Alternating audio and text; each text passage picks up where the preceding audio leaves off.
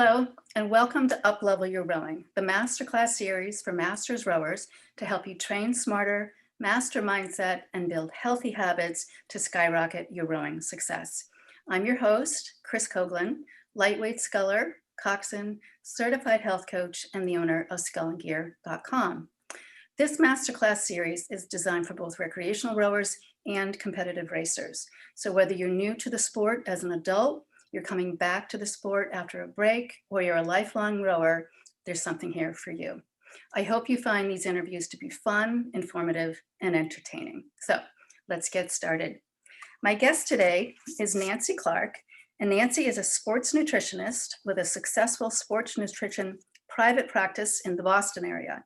She has years of experience helping active clients from ordinary mortals to Olympians win with good nutrition. She particularly enjoys helping athletes who struggle with food issues.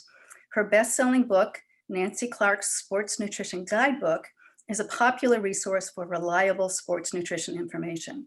Nancy is a popular speaker with dietitians, trainers, coaches, and other health professionals.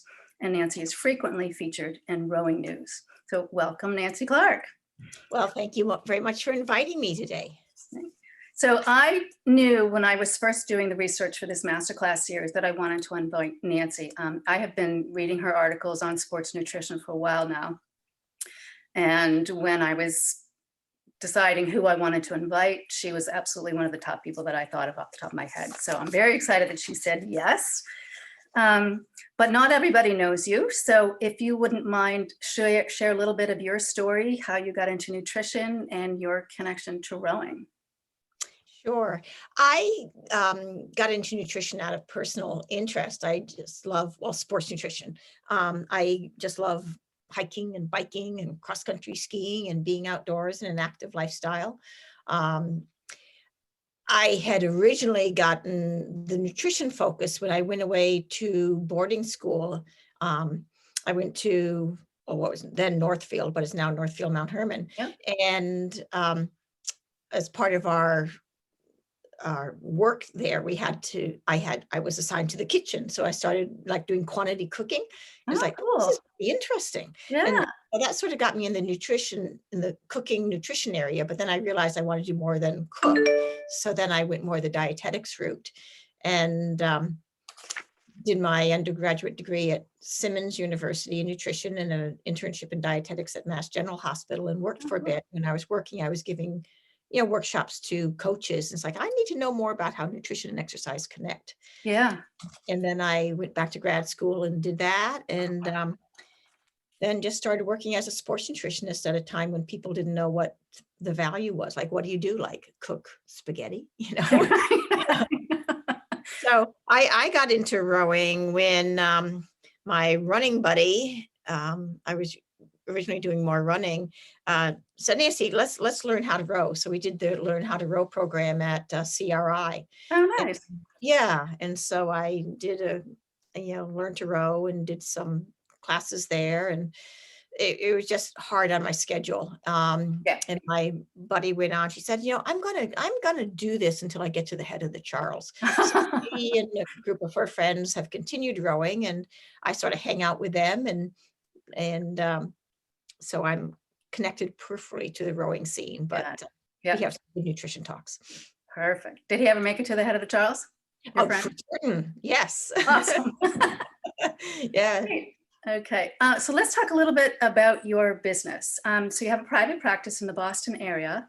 Mm-hmm. And how does that work? Do you do one-on-one counseling, or is it a coaching? Is it a group thing? How does that work? I do a lot of one-on-one stuff. And right now I have like a virtual office with COVID, but it's actually worked out very well, to my surprise. And so I do different things. The counseling is one-on-one. I give talks to teams and to groups. And right now there are Zoom talks that are going on. Yeah. Last night I was lucky enough to talk at 12:30 in the morning to a group of people in India that were trainers and health professionals. So the world is smaller these days. Mm-hmm. Yes. But Yeah, I love, talking to groups, and with groups, I talk sports nutrition, generally fueling up, fueling during, refueling, Yep. and one-on-one tends to be a lot more of weight issues. Okay. Okay. So that takes us into your topic today, which is nutrition, the missing link. So let's begin at the beginning. And what do you mean by nutrition as the missing link?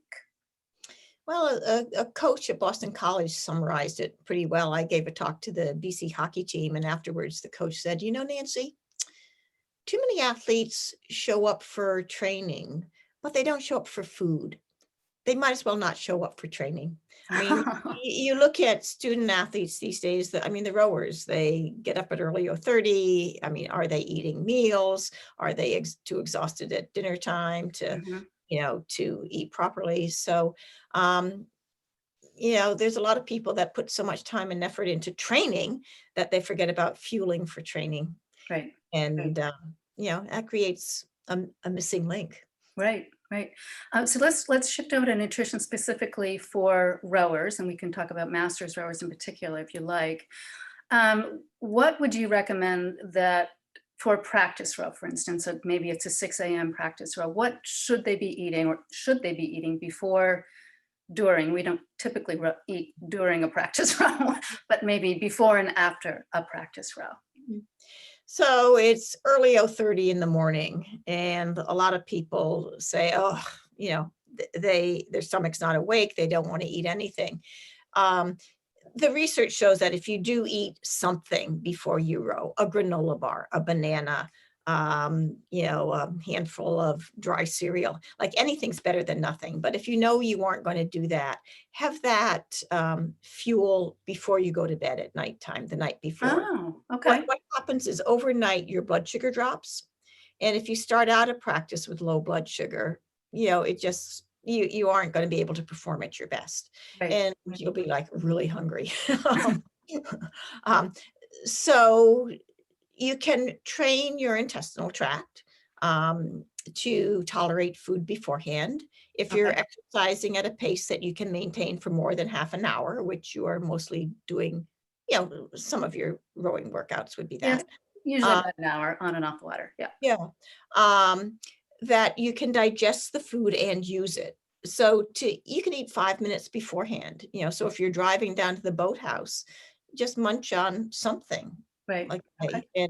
and I'm talking 200, 300 calories of something, Okay. So just a or snack, it's really, related. just a Yeah, healthy snack. Okay. yeah, a healthy snack, preferably carbohydrate based, grain based, or Okay. fruit based, because that's what I mean, grains, fruits, and vegetables fuel the muscles. Okay. Protein builds and repairs the muscles. Hmm. So if you have a protein bar, it'll put something in your stomach, but it's not the best source of fuel. Okay. And Okay. so a granola bar would be preferable over a protein bar. Oh, good to know. What about fat? Should you avoid fat before a workout or like a You peanut look at butter the toast? science, and the science says to avoid fat before workout because it slows the the rate that food empties from the stomach. Fat Okay. just takes longer to digest. But what does everybody eat before they work out? Toast, Bagel and peanut butter, peanut banana butter. and peanut butter. Everybody, peanut butter is one of the most popular pre-exercise foods around. Yeah. So I would say you Hamburger. want to eat what you tolerate, what Oh, feels good for your body. And there's not a right or a wrong. It's because each athlete is so different. okay. So So we should experiment. experiment. Yeah. Granola bar, preferably over a protein bar, fruit, something quick to digest, cup of coffee on the side. Like most of- Precisely. And coffee, one, is an ergogenic aid. It makes the effort seem easier. It Okay. will help wake you up, which is Yeah, good. that's always Um, good, especially Enhance for a coxswain. focus and concentration. Yeah. And it's from a plant. And it's people that drink coffee live a long and healthy life. There you go. It's food based. There you go. That's like the Yeah. big thing right now. Yeah. It's okay. It's okay. All right, good. It's okay. I think even if we said it wasn't okay, we wouldn't change people's habits on that. But so after a row, what do you recommend that they do? After a row, you want grains, fruits, vegetables. Those carbohydrate foods refuel the depleted muscle glycogen. Okay. protein builds and repairs the muscle. So when you row, you get these little tiny injuries that get damaged. So you want to repair them. But you want 3 times more carbohydrate, grains, fruits, vegetables than you do protein. So Ah, what I find happening these days are people are doing a hard row and coming back and having a big cheese omelet. And they put spinach and peppers and onions in it, but like how much carb is really in? I mean, you could eat the whole bag of spinach and you have what, 20 calories. right. Um, um, so the focus is on oatmeal with eggs on the side, or Okay. toast with cottage cheese on the side, but you want carbs with some protein, and Okay. not protein with minimal carbs. Okay. And people are getting it backwards, and then they come to me and say, why am I so tired all the time? I just feel dead. I go to row and my legs are just dead, or my Yeah. arms are dead. And that is glycogen depletion. Hmm. And so that it's preventable. And if you eat more carbs than protein, you will get back in balance. Okay, that's good to know. So more carbs than proteins, as opposed to having it half and half. And I did a brief phone interview with a master's rower who was the keto guy, Mhm. and he was trying to train for endurance. And I don't know how you even begin to go to endurance on a keto diet, but that's probably a separate interview altogether. I mean, it is and it isn't. The keto athletes, they adapt to burning more fat, and so that they can probably do great long endurance rows, but it's the intensity of it. Okay. And can you get into that next gear? Can you do that sprint when you need to? And that, I think they'll find, the research shows that that's where they'll miss out. Okay. Um, just because physiologically it takes more oxygen to burn fat than it does carbohydrate. And so if you're relying on fat, you need to be able to suck in more air. I mean, there's just a physiological limitation. Oh, that's interesting. Yeah. Okay. Good to know. So, But each person is an experimental one. If somebody's into keto, I'm really curious, like why? What's your goal? yeah, And sometimes it puts people in food jail, and that's what their goal is, to stay away from those dangerous carbohydrates. bad foods. I'm not saying that that's his case, but very often it is. Yep, Yeah. he was very happy with his keto diet. He was just frustrated with his endurance. So, Yeah.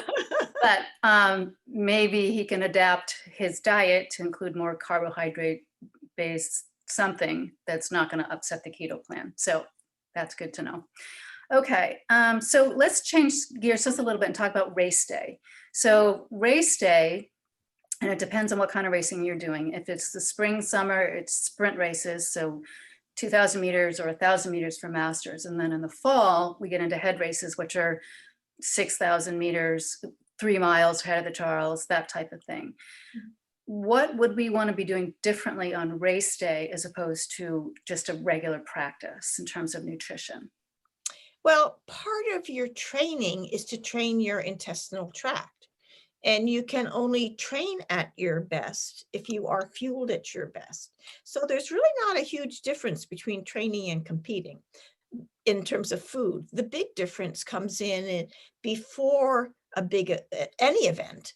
You need to taper off your exercise, because the muscles need at least a day, if not 2, to fully refuel. So Oh, if every day you're eating a carbohydrate-based diet, as a part of fueling up and refueling from your training, what's different is before the event, you keep your diet the same and you taper off your exercise. So okay. then those extra calories go to refuel your depleted muscles. Okay. And like I say, you need to practice during training, like what settles well. You Right. need you need to know, is that bagel with peanut butter going to talk back to you, or is it going to be perfect? I mean, should you have oatmeal and raisins instead? Right. Um, and this is what you figure out as a part of your training. Okay. So you want to go with what your system already knows. You don't want to try anything new on race day. That was one of the things I would always tell the high school kids. Don't try a new food or a new sports drink or anything on Mhm. race day. If you want to try it before practice. See if your body adapts to it. And remember that you're going to be nervous, and your stomach tends to get nervous first. So give yourself time, make sure you're Mhm. drinking and breathing and relaxing. And, if you need to go before the race, go before the race. Precisely. That's Yeah. good. And again, same idea after the race, replenish with more carbs than protein, but Yeah. make sure you get something in right away within a half an hour. Is that usually what they say? Well, if you're exercising within the next 6 hours, if you're doing double workouts or if Yeah. you're in 2 events, Yeah. you want to rapidly refuel. Okay. Yeah. After a race, I mean, if you're just doing one event, the chances are you're not doing a really heavy, hard workout the next day. Right. So you don't have to refuel as rapidly or as intently Okay. as you do after training. I mean, with training, that's when people do a lot of their really hard, double workout sort of situations. So you just keep in mind how much time do you have until you have to really perform again. Okay. Clearly, the sooner you refuel, the better you will feel, the more optimal it is. Okay. But the reality is, if you're not training again for another 24 hours, you don't have to be as obsessed as Okay. if you're in an event another 4 hours down the road, away. Yeah. Boom, then you need Yeah. to rapidly refuel. That's good because for a lot of masters regattas, many rowers are in multiple events. Yeah, It might be heats, but it might be you're in the single, then you're in the double, and then you're in the quad, and then the next day you're in the eight or whatever. So that's good to know. So refuel immediately if you have precisely. another race coming up. Yeah. Obviously, And hydrate. and something that's good, something like chocolate milk is excellent, Okay. because it's liquid. You might Mhm. be thirsty. It's got the right proportion of carbs and protein. It has 3 times more carbs than protein. It's yummy. It's also calcium, which older women need because their bones are alive, and Yeah. it's really high quality protein. So, chocolate milk, if people don't do dairy, then chocolate soy milk would be the alternative. Okay. Um, Almond milk and nut milks are really nutritional zeros. So Oh, I call them almond juice. So interesting. that I that didn't would know not that. be the right choice. But So soy milk over the nut milks. yes, and then women will say, "Oh, but doesn't soy cause breast cancer?" Like the latest research shows that no, soy is cancer protective and Oh, not a problem. Yeah. good to know. And Yeah. again, practice drinking that after practice, not on Yeah. race day, Precisely. particularly Precisely. if you have sensitivity to dairy. Okay. So that brings us to sports drinks, which is a good tie-in. So sports drinks, gels, and electrolytes. What role, if any, should they play in active sporting nutrition diet lifestyle? Yeah. Sports drinks are designed to be taken during endurance exercise, like for marathon runners, Okay. that are out there for 2 or 3 hours. The sodium in sports drinks enhances fluid absorption and retention. Okay. And so it really doesn't replace sweat losses. I mean, a slice of bread has 125 milligrams of sodium. 8 ounces of Gatorade has 110 milligrams. So bread has more sodium, has more electrolytes. Oh, If I interesting. mean, sodium is an electrolyte. Okay. So for most rowers, um, I mean, if you are out there sweating bullets in the heat for doing long training rows, Yep. um, and if you're losing a lot of sweat, then you want to put salt into your body beforehand. So you have oatmeal and you put extra salt on it for breakfast. Oh, Um, or you have a handful of pretzels. You want to put salt into your body before within the hour or two before you exercise so that it's in there. okay. And that can help to prevent you from getting dehydrated as quickly. Okay. And afterwards, most people get plenty of salt and electrolytes in their food. And their food. Okay. So for rowers, a sports drink, if you're going to be out there training for more than an hour, hour and a half, bring your water bottle and put a Yep. sports drink in it. It helps to the carbohydrate in it helps to maintain a normal blood sugar level. Oh, Yeah. okay. Good to know. So I would be more concerned about the carbohydrate than I would the electrolyte. Okay, good. All right, so let's shift a little bit. Well, actually, let's keep going with the hydration thing. How do you know if you're properly hydrated? You can tell if you're properly hydrated by just paying attention to your morning urine. You get up in the morning and you pee. Is it dark, concentrated, smelly, small volume? If so, you're starting out the day dehydrated. Okay. If normally you want to be urinating every 2 to 4 hours, and the urine should be a light color, light like lemonade, as Okay. opposed to dark like apple cider. Um, and if you're urinating every 2 to 4 hours, a light volume, enough volume and light color, then you're adequately hydrated. Okay. Uh, so it can be easily monitored just by monitoring your urine. Okay. And I know for older masters rowers, their thirst indicator, whatever it's called, diminishes as we age. I learned that earlier.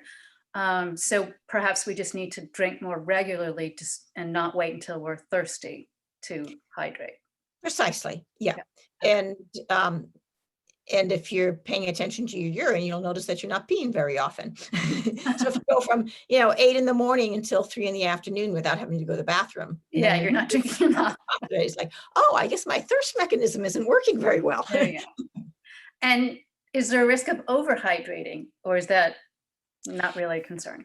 Well, you never say never, but Right. for the most part, if you're overhydrating, you'll be sitting in the boat and you'll be needing to pee every half an hour, and that's a problem. Okay. Yes, it is a problem. Yeah. Okay. But what rowers might want to know is that in general, it takes 45 minutes to an hour and a half for the body to process liquid. So if you've got a practice at 6 in the morning, if you get up at 5 and have a big cup of coffee, then you can pee before you get into the boat, and you should be okay. And then you could Okay. tank up again right before you start exercise. Right. You bring your water bottle with you. So Yeah. that's good to know. Okay. So a lot of people like to drop a few pounds, the COVID-15, because we've all been stuck home with snacks and lots of food, with food delivery and all that kind of stuff. Um, how would you recommend that they lose weight safely and still have the energy to train well as we're transitioning back to normal, workouts and rowing on the water and stuff like that? Mhm. Yeah. When weight's an issue, my mantra is fuel by day. And if you want to lose weight, you diet by night. You lose weight when you're sleeping. Okay. You don't try to lose weight when you're rowing, because you'll have a lousy row. The other people in the boat will get mad at you when you don't do a very good job. You'll be in a bad mood and irritable. That guy. Very good. So you always want to surround your workout with food. Okay. Fuel up, you refuel. And so you want to eat breakfast, and maybe you have some of your breakfast before you row, some of it after you row, but you eat your breakfast. And then, 3 or 4 hours later, you eat your lunch on the earlier side because you've been up since early 30. Another 3 or 4 hours later, you have your second lunch. And the purpose of second lunch is to ruin your appetite.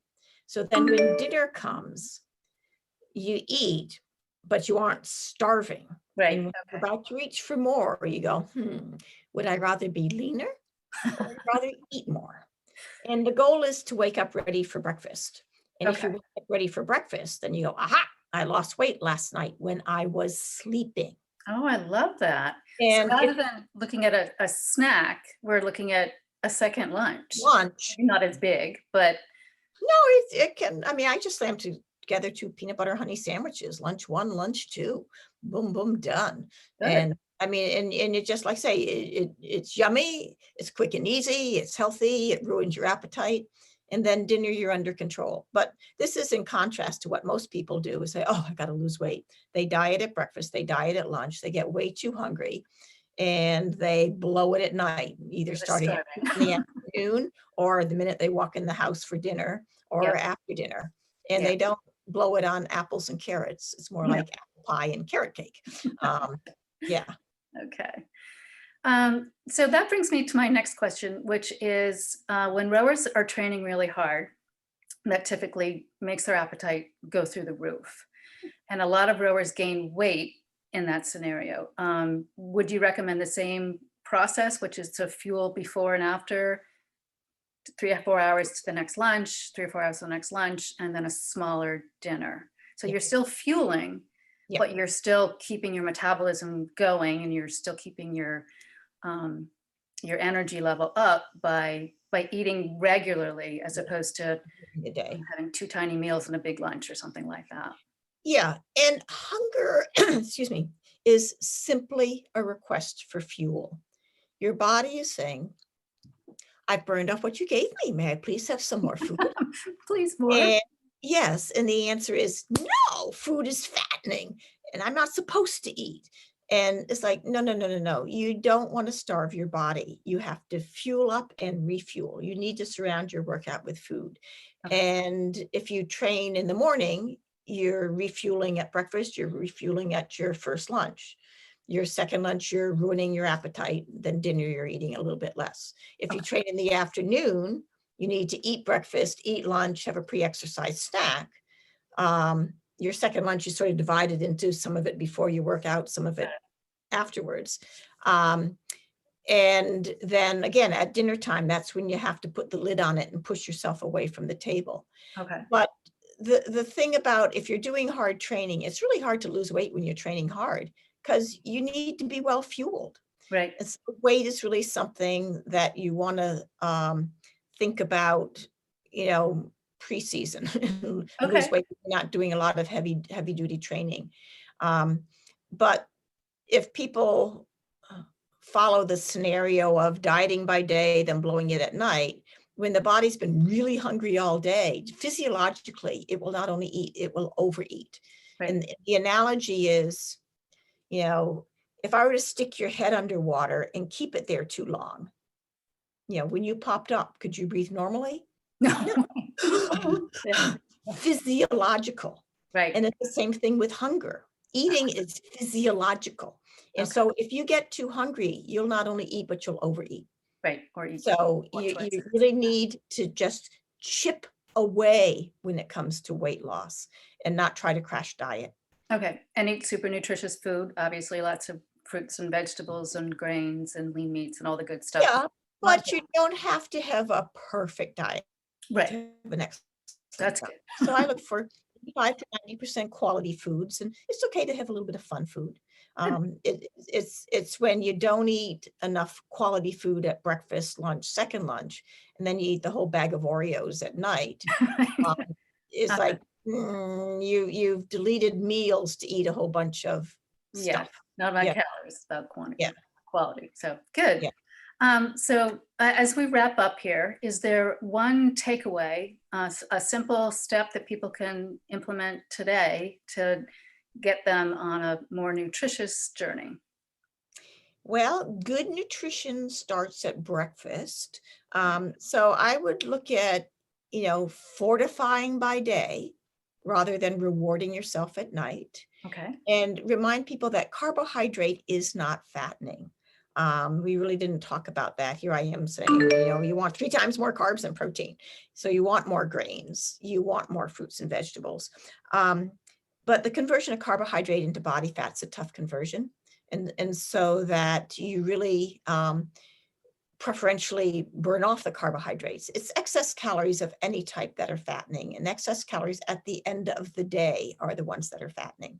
I mean, you Okay. can't overeat at lunch. If you eat too much lunch, then later in the day, you're just not as hungry. You don't eat as much. Okay. Um, but fuel by day, prevent yourself from getting too hungry, and really focus on getting enough sleep.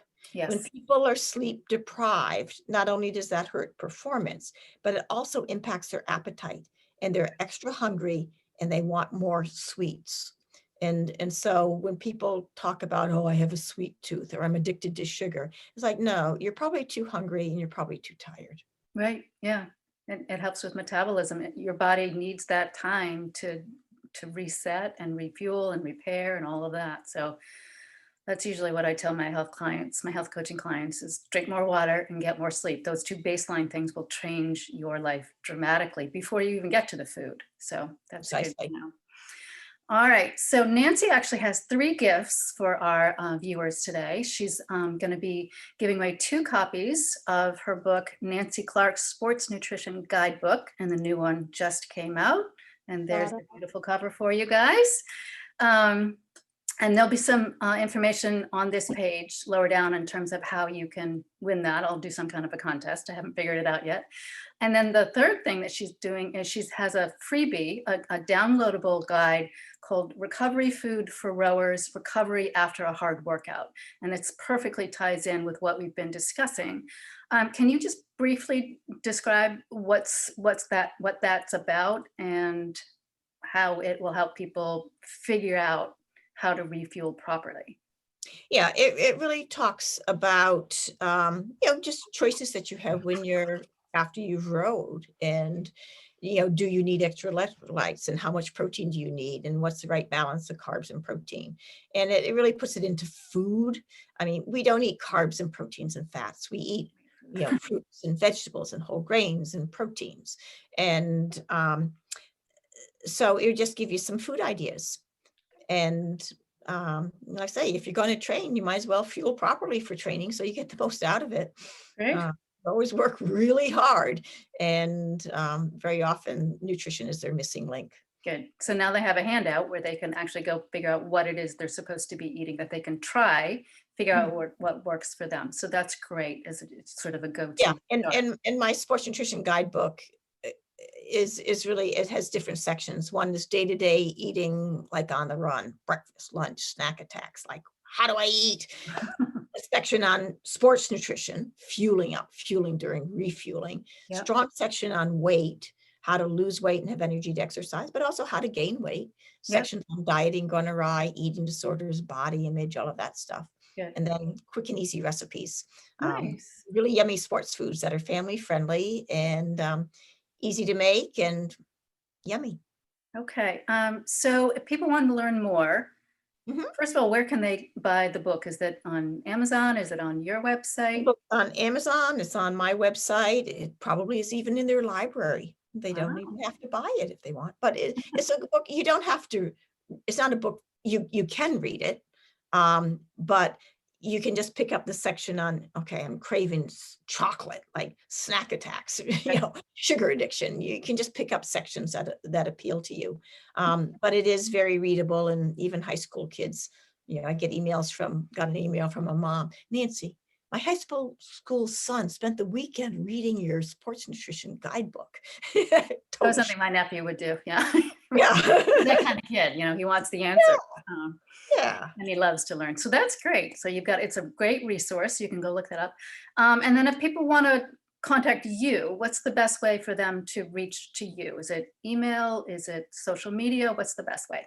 There are many options. You can just Google Nancy Clark Sports Nutrition, which will take you to my website, which is Nancy Clark RD. So NancyClark RD as in registered dietitian.com. Okay. So contact Nancy and I will get that. Or if you want to follow me on Twitter, it's N Clark RD. And on Facebook, it's Nancy Clark RD. Okay. So And great. And I'll have all that information lower down on this page. I'll also put it in the email for the day of the interview when it goes live. And it'll also be in the workbook.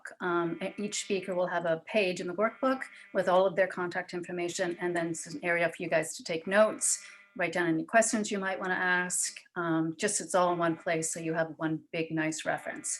So thank you, Nancy, for being a part of this series. This was a great interview. I learned a lot. well, I enjoyed chatting with you, Crystal. Thank you for inviting me. You're welcome. So there'll be a lot more to come on the series, so stay tuned for that. Until then, have a good row, everybody, and we'll see you next time. Bye-bye.